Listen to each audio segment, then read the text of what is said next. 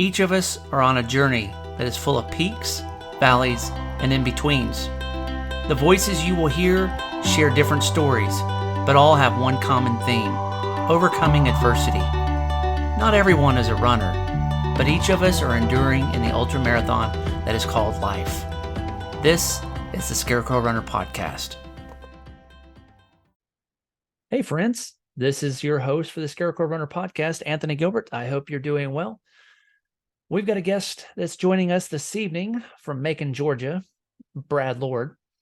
And Brad was with us back in 2020, and we spoke about his upbringing of beginning to run, and he was training for the Chicago Marathon, and he started a YouTube channel and documented the process and the journey, and it allowed him to evolve as a runner. And then he quickly became obsessed with other forms of activity, weightlifting and CrossFit and cross training and such.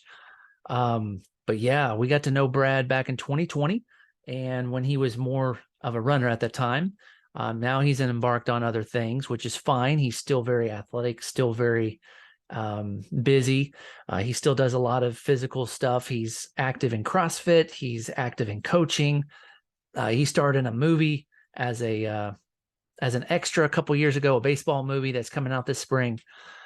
He is now a coffee roaster, coffee aficionado, however you pronounce that, a brewer. He has his own coffee roastery.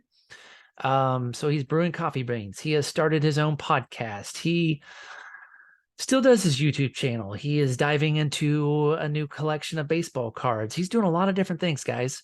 But the thing is Brad is still moving along and still doing things. Even 3 years after we last spoke to him, he has grown as an individual. He has grown as a person. He has continuously overcome adversity as he has faced it. And he is now starting to open up and starting to share his story, starting to share things that he has had locked away for many years, things that he has, quite frankly, been embarrassed about over the years, things that you don't normally talk about with the average stranger. And Brad's opening up. It's allowing him to heal. It's allowing him to process things, and it's allowing him to develop and grow as an individual. But he's also doing this so that it can help other people that are dealing with things. It was a little bit different than most of the ones I've ever done. We automatically just jump right into the heavy, the deep and the heavy. And that's fine. I just told Brad I wanted him to go ahead and have the microphone, so to speak, and the platform, and just to share. And so Brad just took the reins and ran with it, as we would say. And just like his YouTube channel, Run with Brad, well, that's what we're going to do. We're going to run with Brad, and we're going to dive into the deep and the heavy, and we're going to listen in on how Brad has overcome adversity and many of the challenges that he has faced in life, and how he has overcome those things, and what he's doing on a daily basis and through his life to help him cope and to help him continue to overcome. So like I said, without further ado, we want to go ahead and welcome Brad Lord into this. Anthony, I appreciate you having me on your show today. I'm really grateful for this opportunity to share a little bit more about myself. My name is Brad for any of the listeners, and I'm a educator. I'm a PE teacher, however you want to look at that. You know, some teachers don't think the PE teachers are teachers, but I think the PE teachers and the coaches can have some of the greatest impact on students as far as lifelong lessons and things that you carry on with you for the rest of your life. And that was one reason I got into education, because I strongly believe the coaches that I had in high school had a generational impact on me, to where it made me want to change lives and influence others. Because just when I was growing up, I was the only child, and it wasn't the warmest of environments. I just can't really, I know my mother loved me. I know my dad loved me. But I wasn't really told that a lot. And there was a lot of fighting, and my parents just didn't really get along. They stayed together. I think maybe they felt obligated. Maybe my dad felt obligated to live out his vows, maybe, or something like Sure. that. I've never asked him, but uh, my mother, on the other hand, she was not faithful in the marriage, and um, lived a sinful life in a lot of different ways. And she was, I think my mother was haunted in a way. It was just like she made a lot of poor decisions with me as a baby and all the way up till I graduated high school. But I know that she loved me in a sick way. Like, I know that sounds kind of crazy, and I haven't got into a lot yet, but a lot of the stuff that I did go through as a child, I believe that my coaches and participating in sports definitely got me to where I'm at today. And so, just to kind of backtrack, I, I don't consider myself any kind of victim or anything like that. I was never sexually abused or anything along those lines. I think if you wanted to title it, I think I was just a victim of maybe circumstance, or I was I was born into an environment that maybe was a little toxic. Sure. So, but my parents just didn't really get along. They fought a lot. My mother had several boyfriends when I was coming up, and she would take me to these places, and these were not like, and the men that she was bringing me around were not like stand-up guys that you would want your kids Right. around. These are people that smoked drugs and did marijuana and drank heavily. Had just nothing against tattoos, but I just remember they had a lot of tattoos and long hair. Just A like, rough crowd, right? yeah, So right. It was a rough crowd. I mean, when you tell me that, I envision kind of you know, almost like what somebody would see in a movie, right? To where, it's kind of the slums. They got, real beat up place where they're yeah, these living, are like trailer rough, park. low Nothing, income. again, I have an aunt that lives in a double wide trailer that is Nothing really wrong with a nice. double wide. Okay. All right. But these trailer parks here were not, these were single wide trailers. So they were not the nicest places, not a place that I would want to live or even take my child to. Okay. But she was bringing me around these other people, and I was told to keep it a secret, like So this this was isn't all happening. happening while she was still married to your dad. Yes, they never got a divorce. Okay. My dad was my dad's a hardworking guy, hardworking man. He worked at the railroads at Norfolk Southern his whole life. Okay. Um, he worked a lot of crazy shifts. And if there's anybody listening that knows anything about the railroads, you know that you work a lot, you're going a lot, and that's not a consistent schedule. A lot like a truck driver, right? You're gone, you work, you're on the road. Blue collar, hardworking. Exactly. Not the Yeah. ideal job that you would want to have for a stable family environment, right? Yeah. Now my dad But he made was a really good provider. money. He was a provider. He made good money.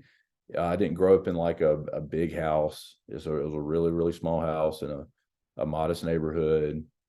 Um, but he was gone a lot.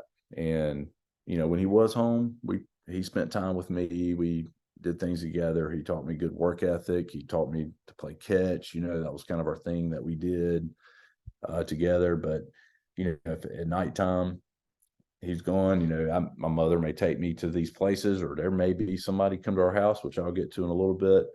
And just before we get into more of my home life, because my home life and my childhood life are like two separate things. Okay, so I had a group of friends in high school, or in my neighborhood growing up, not just high school, but my childhood friends that I'm still friends with most of them today. Not that we hang out a lot, but we're good friends. We follow each other on social media and we communicate.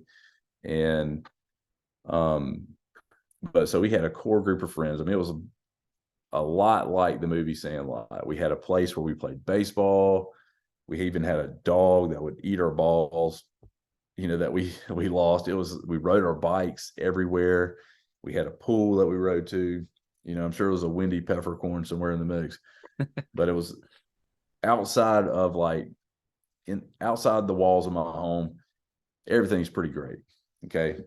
But my understanding of normal, what a healthy family looked like was not. It was like I was keeping a lot of secrets, and it's kind of dark, and it was kind of yelling, a lot of staying in my room, shutting the door if my parents were fighting.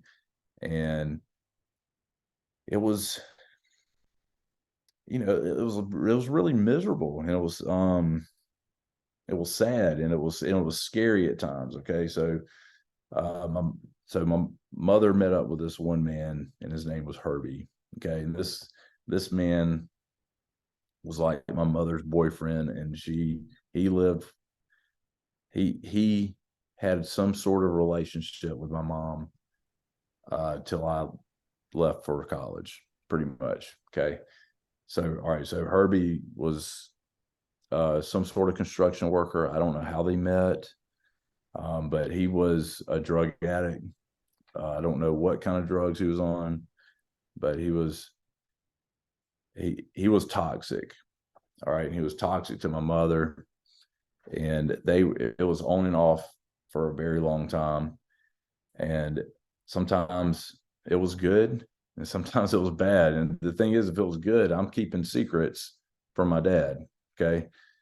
If it was bad, Herby was basically like a stalker that would come to our house, and he would do things like knock on the door and knock around the windows at nighttime. And it's just me and my mom there, and she's not a very big woman, and I'm a child. And it was scary. We had to call the cops several times. And of course, there was a lot of wooded areas around my house. I mean, and me and my friends actually created all kinds of trails in these woods, and he also did. And so he had, places to escape and things like that. But he would call and hang up. This was before cell phones. So it was like, the phone would ring off the hook, and we just have to get to where we take the phone off the hook. Sure. And then it even got as severe as like popping our tires. Okay. This has happened multiple times throughout my life, where Herby would take a knife and go around and pop not just our tires, but our neighbors' tires. So like, I can't imagine how now that I'm an adult, and like maybe what my dad had to experience dealing with that. Because this wasn't a secret anymore. I mean, everybody knows there's this guy that comes around that lives behind the Exxon station right by the interstate in a camper. Okay. It's not really his house, but that's where he stays. And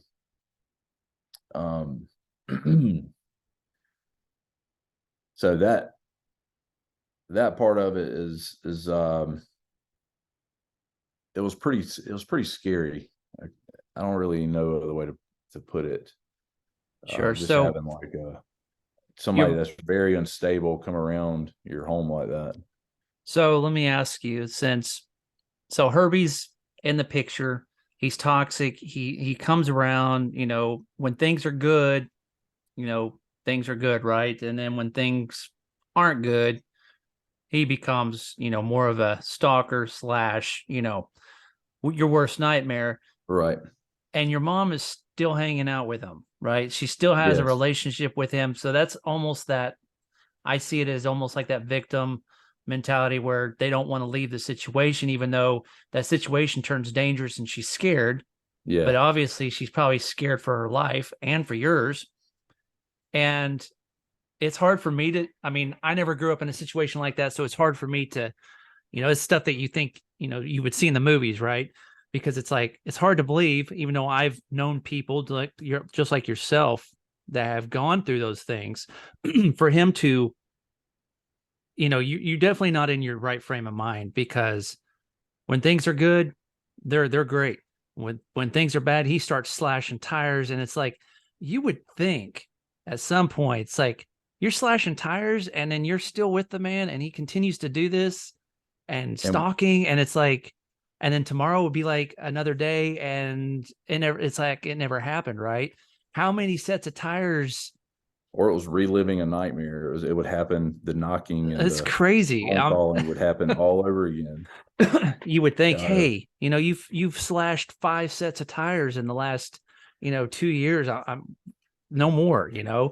I can't imagine. That's yeah, it was crazy. It was a crazy time, and for the longest time, it was like didn't really know any different because uh, I had good friends, but I didn't know. But as I got older, and I'm spending the night at my friend's house on the weekends and hanging out, and I'm seeing how different families interact, and I'm getting invited to go to church, and I have a family, and his name is you may follow him on my Instagram. I try to promote him as much as possible. His name's Alt Mulgy Green on Instagram. He's a big fisherman. His name's Josh Moody. He's super hilarious on social media, so go out and follow him.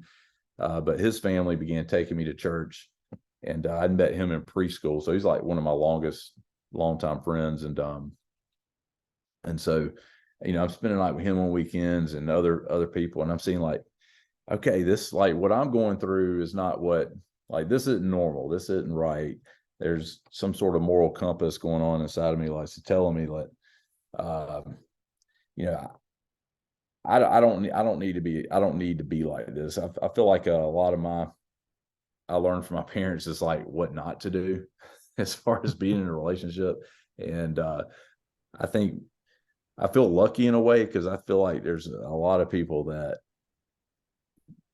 that's that don't take that route and maybe copy what their parents did, or um, maybe take another dark path down a road of addiction or whatever it could be. So I do feel lucky in a sense, and I do feel lucky to have like really good friends that I grew up with. I think that was also a major plus in coming up the way I did. And now, so like, um, just I'm going to tell you a story about one night I remember in particular.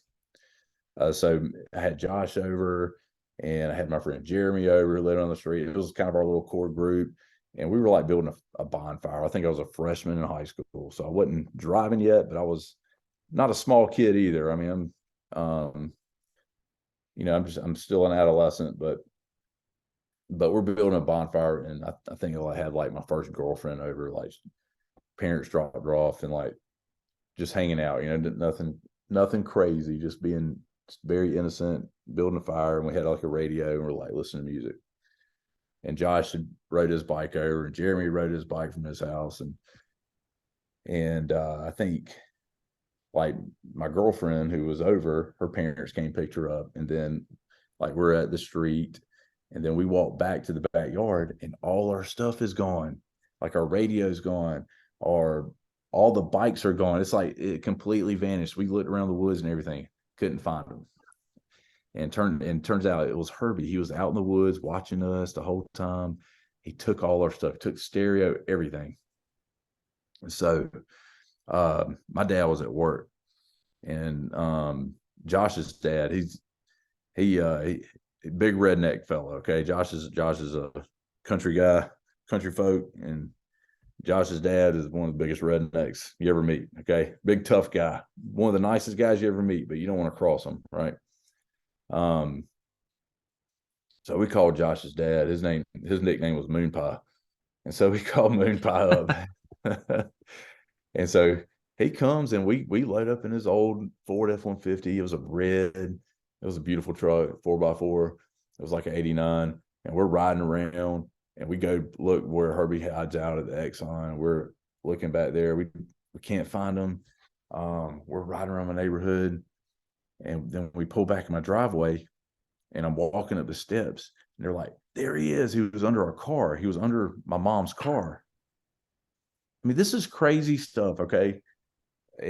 And so We get out. You're like, Moonpie was like, call the police. So I call the police, and then Herby tries to run, and Josh's dad and Josh tackle him, and then I jump on him too, and I'm like holding his legs down. Josh is holding his legs down, and Moonpie, he's a big fella, he's on top of him. Okay, and we're holding him down till the cops come. Okay, and the cops show up, and then they're telling us that we could go to jail, or he could press charges on us because we're like assaulting him. So we have to let him go.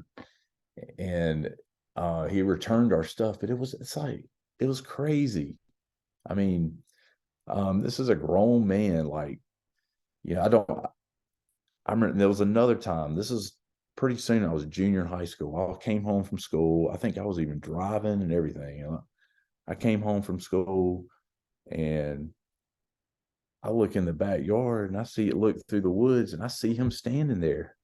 And this was like the one time, like, I was a football player, like, um, all region tight end. I'm not a small guy, and I walked back there, and I'm like, I told him, I was like, get your ass out of this. I went off on him. It was kind of it took a lot for me to do that. You'd had enough. I don't exactly remember what he said, but um, he that was one of the last times I saw him. And just growing up, and my mother having this relationship with him that was toxic, and then my parents together was not very, they fought constantly, whether it was over money or whatever. It was just really toxic. So just to kind of turn this around a little bit, so I wanted to be a football coach. I wanted to be a PE teacher and football coach when I was in high school. My coaches kind of inspired me, that they just had the greatest stories, right? And I just wanted to be able to use some sort of story to maybe, or do something, to have cool stories, cool experiences that I could use to influence, people that I teach.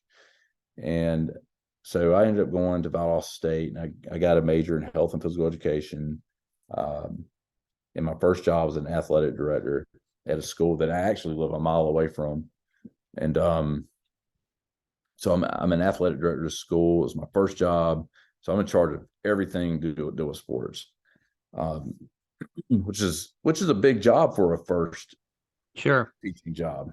I mean, I had a lot of growing up to do, and I had a lot to learn as far as like being a leader, and raising money, because that's a big part of being athletic directors, the fundraise. And so I was teaching PE and coaching and living the dream.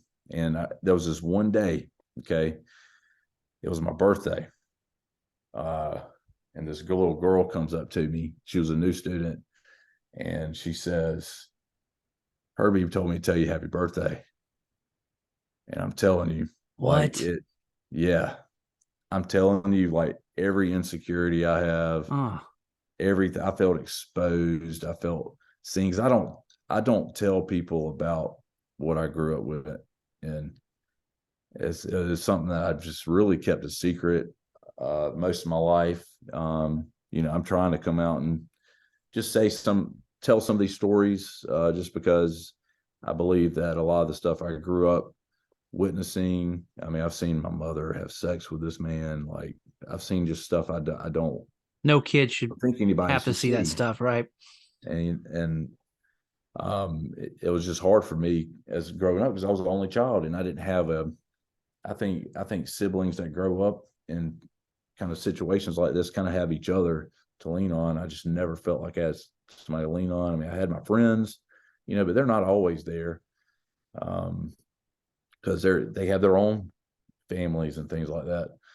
But even them, they didn't know the full detail of what happens behind in my house. You know what I mean? I mean, I'm sure they probably hear their parents talk about it or however, but and I look back on it so I'll get back to the girl in a second, but I look back and I'm like, all these parents just had pity on me.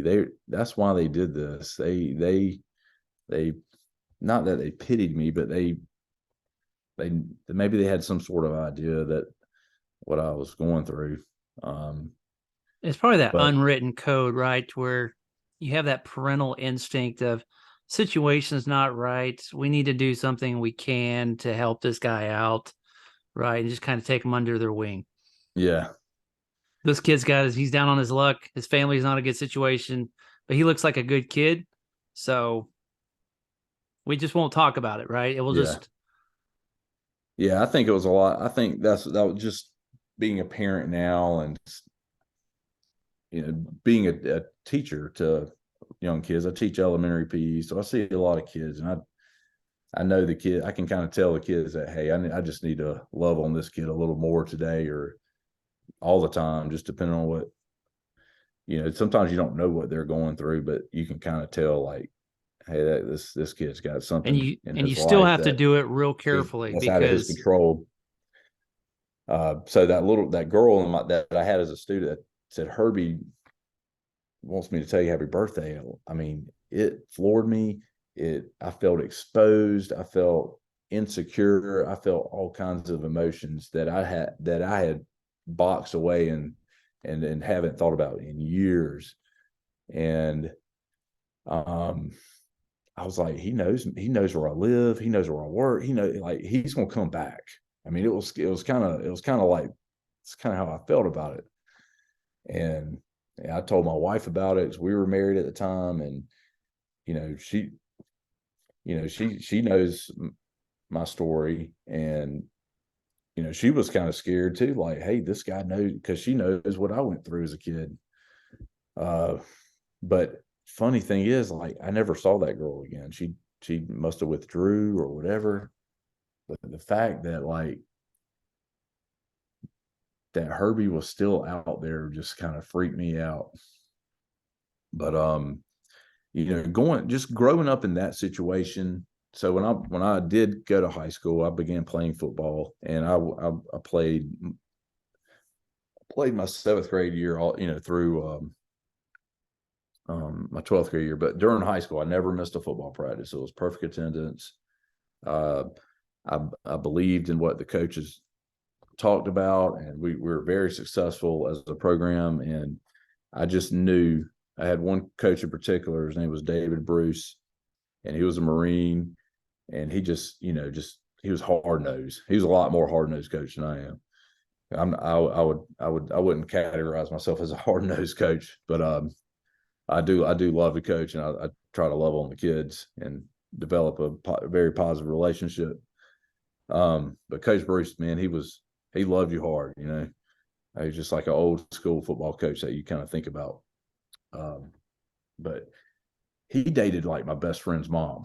Okay, so I had a good friend. His name was Charlie. Like, Charlie wasn't part of my crew that I grew up with, but we met in high school playing football, and we became really good friends. And Coach Bruce and his mom began dating at some point. But so I became really close with Coach Bruce, and I got to see he had a big influence on me, and he's one of the reasons it's like, hey, this is a profession. This is that I want to pursue when I graduate high school. And then my friend Charlie actually kind of did the same thing in a way. He actually became a Marine. Now, they split up, like Charlie's mom and Coach Bruce, but he still had very impactful. He was very impactful on my life.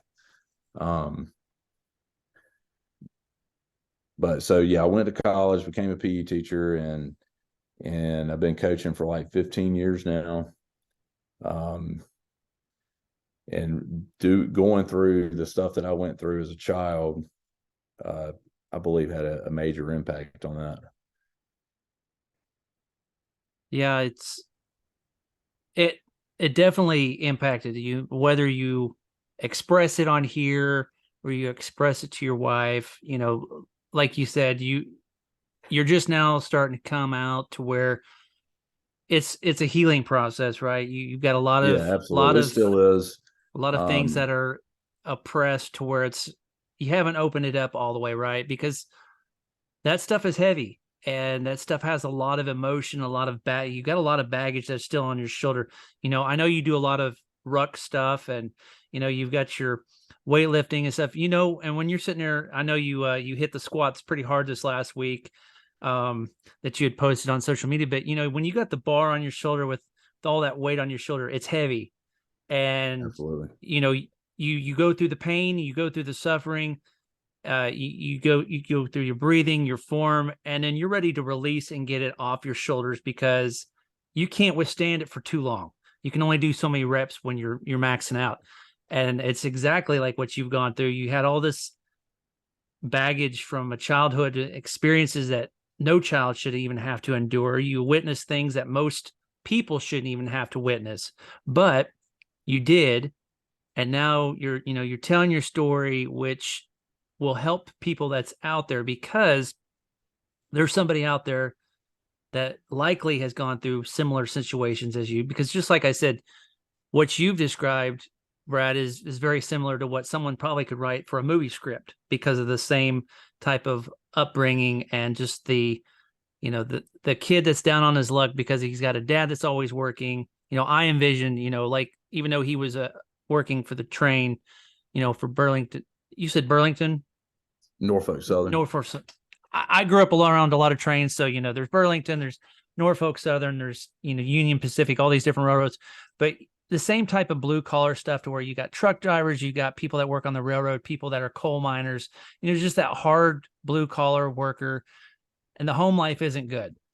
And I'm thankful, Brad, that you didn't go down a different path, because it could have been very easily you gone down that path of following the footsteps of your mom or following the footsteps of Herb, right? To where you just dove off into drugs and alcohol and, probably live a very short life, because that kind of lifestyle leads oftentimes to a shortened life, and it's just not healthy. I mean, I've got people in my family that, I've got uncles that it was all sex, drugs, and rock and roll. They were in bands. And, one of my uncles, it's coming up next week, it'll be 3 years since he passed away. He wasn't even 60 years old. He died of liver cancer, cirrhosis of the liver, um, you know, herpes, those, just because he lived that lifestyle. And it's like, and it was the same kind of situation like what your mom was in. It's like he was in and out of different relationships while he was in relationships with other people. And I saw it. It reminded me, some of the stuff you were telling me, Brad, is I remember there was here I'm reflecting on stuff when I was a child. My parents didn't let me stay around them very often just because of their lifestyle. And they lived in a trailer. And I remember that my dad's two brothers, well, he's got three, one of them now deceased, but the two younger brothers were the rockers. And they didn't want us to spend time with them alone because of these types of people that they hung out with, you know, drugs, alcohol, guns. But I still remember a couple times that I was around them, and it's like some of the people, the crowd that they hung with, scared me. And I'm like, I didn't want to be around that, Yeah. because you didn't know what was going to happen. And I was thankful that, the dynamic that I had growing up, even though it was not perfect and it wasn't great, because there was a lot of fighting and there was a lot of discord. And by the grace of God, my parents are still together, and they went through hell and high water, but they went through a lot. I saw a lot. And so I can relate to some of that. And it wasn't fun. And like you said, you had a core group of friends that you would go and hang out with. And that was kind of how I dealt with stuff too, is I would go and hang with my friends. That was my way to escape the ball diamond, the basketball courts, riding our bikes through the neighborhood and through the trees, and then, forts and all that. I spent as much time as I could outside and doing other things, because I didn't want to go home to hear mom and dad fighting. Mm-hmm. I didn't want to Yeah. hear the crap that was going on, because it was always something about money. It was something about bills. It was something about, you did this. My dad, he was unfaithful with my mom, and it was constantly just bringing that crap up. Oh, and it's like, can you guys just stop? Right? Because I can't take any more of this. I don't want to hear any more of this. And growing up, you shut the door, you put the pillow over your ears, and you just want it to go away. And so, like what you Yep. said, one of your escapes was football. You found a father figure and coach that you connected with, and that was one of your driving forces to become somebody that your dad wasn't, that Herb wasn't, that your mom wasn't, that allowed you to escape. And I think for so many of us, sports and activities of like that was a healthy alternative to help drive us in a different direction and help mold us and shape us and help us with our own families. Because yeah, I've made a lot of mistakes, not a lot of dumb things as well. But fortunately, we learn from our mistakes. Yeah. I've learned from my mistakes. I've Yeah, learned from a lot of my absolutely. parents' mistakes. So You hit that on the head with everything you said. That was like, yeah, I was like, he gets me. He knows me. You understand. absolutely, brother. Yeah. We got a lot in common, Yeah. even though there's a lot of uncommon, there's a lot of common ground there. I've And really fallen. Like I grew up when I was in high school. I fell in love with the weight room. I love lifting weights, and CrossFit has CrossFit is like, it's movement with your body, but you're also, but there's a huge strength component, and I'm learning new lifts like the Olympic CrossFit style is lifts, CrossFit's and a dirty word for me.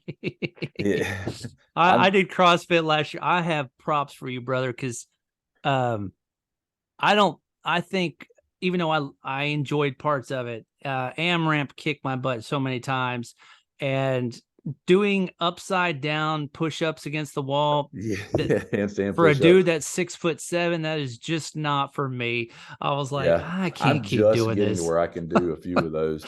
All that blood rushing to my head. I was like, I'm gonna pass out. He's like, keep going. I was like, I can't.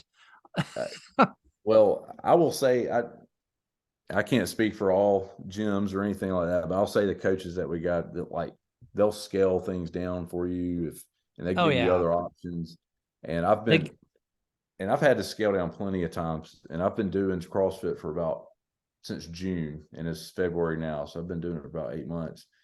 And when I first started, it was just to me it was a humbling process because I walked in and I'm looking around and I'm just seeing like normal mom and dad type people, okay, like that are my age that are probably also parents sure. doing their thing or whatever. And I'm like, yeah, I'm probably stronger than him.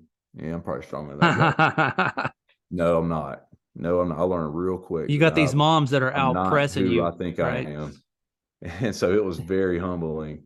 And so, and it got to a point that I was like, you know what? I'm in here for me. I'm not in here. Of course, I'm going to try to compete because I'm a Sure. competitor, but I'm not right now. I'm just competing with myself and I'm going to get to where I need to be. And then if I start beating some of these guys or I start hanging, if I start just even not beating, but just even hanging with some of the people that I know that are really good at this, I'm like, that's just going to be a measuring tool for growth for me. So I'm like, okay, I'm getting better at this. Like, and I think the learning new movements, like when I know power cleans, we did, I know how to do those, but Clean and hang jerk, cleans and some of these hang push clean. jerks and Yeah. stuff, like I'm, I feel like that's good for my brain in a way, like learning these new body movements and And then when doing you the form the right way, right? and Because it's doing the not form just, and because it is all technique and form.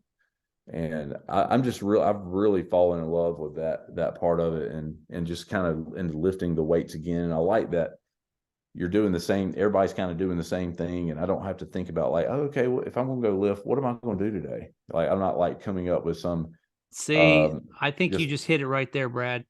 Is, last year I bought myself my own squat rack, and I've got the Olympic I, weights, right? yeah. And I sit here, I've got a workout plan that I did from 5 years ago. And I'm always like, man, I need to just stick with it, but I don't have all the equipment, but I could still do some of the basics, right?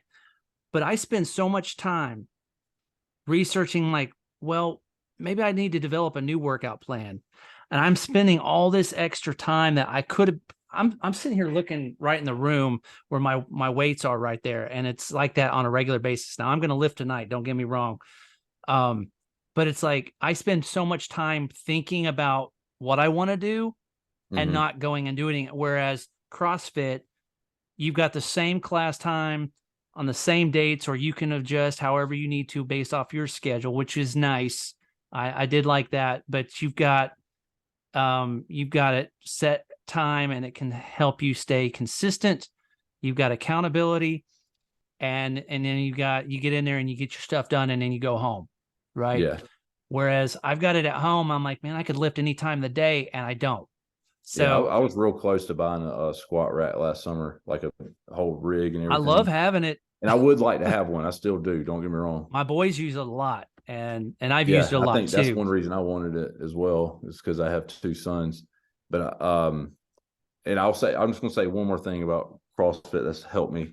So when I was about 26, 27, I bench pressed like 330 pounds. Okay, it's a lot of weight, and I hurt my shoulder, and I've never been able to quite lift the same ever since. Sure. And I'm not where I need to be yet, but just learning the mobility, the stretching routines, and how to properly warm up and things like that. And then I got to a point where I was like, okay, I don't need to ego lift during this. I need to just do lightweight. Mm-hmm. And I believe it's working, because I got 230 the other day, like a week ago, and that was the most I've lifted in years. And I couldn't do that in the summer. Like, it's You've built up that I love the strength. progress that I'm seeing, and and just to get to touch on weightlifting, like you said earlier, the weight's heavy, and every time I do lift weights, I do feel like I'm releasing some form of my past, and I do use that as fuel. I mean, I can't explain it. You But don't I have to. I think we get it because I do use it as some form of like relief for me to know that, like, hey, I'm maybe using strength as a metaphor, but like, I'm strong enough not to let this define my future and not right. affect me. It's And another not outlet for you, just like football was, right? You're It's hitting huge pat, outlet. you're It's a hitting huge outlet somebody, for me. and you're just And releasing. I know there's a lady that I actually recorded a podcast with her about the same time that we talked last, and she jumped into ultra running because that was her way of outlet. Because I'm not going to get into her whole story again, but and she's got a book coming out and all sorts of stuff, and oh it's wow, crazy. But her psycho husband ended up killing her two kids and himself in a house fire, oh my right? And it's God, like, it's just catastrophic, that type of stuff. And it's like, yeah, but running helps keep her sane. That's her outlet. That's her way of releasing. And that's the same for me, man. It's like working out and running. That's my yeah, therapy. That it allows me is, to, I release stuff. I mean, it's like today, I didn't have a great day at home. Just life gets in the way, and like, it's those days where it's like, I just need to go blow some steam off so that I can regroup, refocus, and not take it out on the family. Right. yeah, Whereas somebody that's not in their right mind may not do that, and they take it out on their child or take it out on their spouse. And we've both have learned that there's other ways to release those things as use it as an outlet. And you're doing it a lot of different ways. You're staying busy, right? To where you don't sit there and dwell on it. Whereas you could be sitting there and just be depressed and a recluse and not worry about it. And you probably wouldn't be living the life that you are now, because that you'd be consumed with your past. And you're more like yeah, what you told me when we were texting about it earlier this week. The name of this podcast is Your Past Is Not Your Future, right? Because you're more than right, what your past is. You still have great stuff to come, and you're an overcomer. And that's what this podcast is about, is overcoming adversity. You face the past, and yeah, we're going to face stuff as we move forward in life. But because of the stuff that you've dealt with in your past, you're able to handle those things going forward and grow from it, and also to help others. but Anthony, I appreciate you having me on. I hope I didn't keep you too late. No, man, absolutely not, and man. I appreciate you and spending time with if you me. need And to edit any of this out, it's not going to hurt my feelings. I'm Man, still trying to learn to perfect telling my story. So it's all good, I just man. appreciate the opportunity. I appreciate you being transparent and raw, and that's the best way to it. We won't candy coat it, it's good stuff. And I'm glad you felt compelled enough to be able to share your story. And I definitely hope that somebody that's out there listening, if they're struggling with anything or they can relate, feel free to reach out to Brad, because it's all about somebody having a voice and being given a platform. That's kind of the purpose of this podcast, is giving up people opportunities to share and help others. And that's Yeah. kind of the whole, that was kind of this passion project, where it started out just initially being a running podcast, and now it's evolved into something more roundabout, to where we talk about real life, right? And Yeah. struggles and overcoming adversity, because ultimately that's what life is about. Is it's not about what we've dealt with, and it's not about what we're going through. It's about how we're getting through it. And it takes community, it takes friends, and it takes faith to get through those things. And so, Brad, I appreciate you sharing your story, brother. And I look forward to seeing more from you on your stuff, because it's been cool to watch. The last 3 years have just blown up and grown for you, with your podcast and your coffee and everything. And so that's great. And so I appreciate it, brother. We'll stay in touch as always. Absolutely. And for those of you that are listening or watching, this is the Scarecrow Runner with Brad Lord from Macon, Georgia. Appreciate you guys listening and watching, and we'll see you down the trail, brother. All right. See ya. Take care, buddy. See you, man.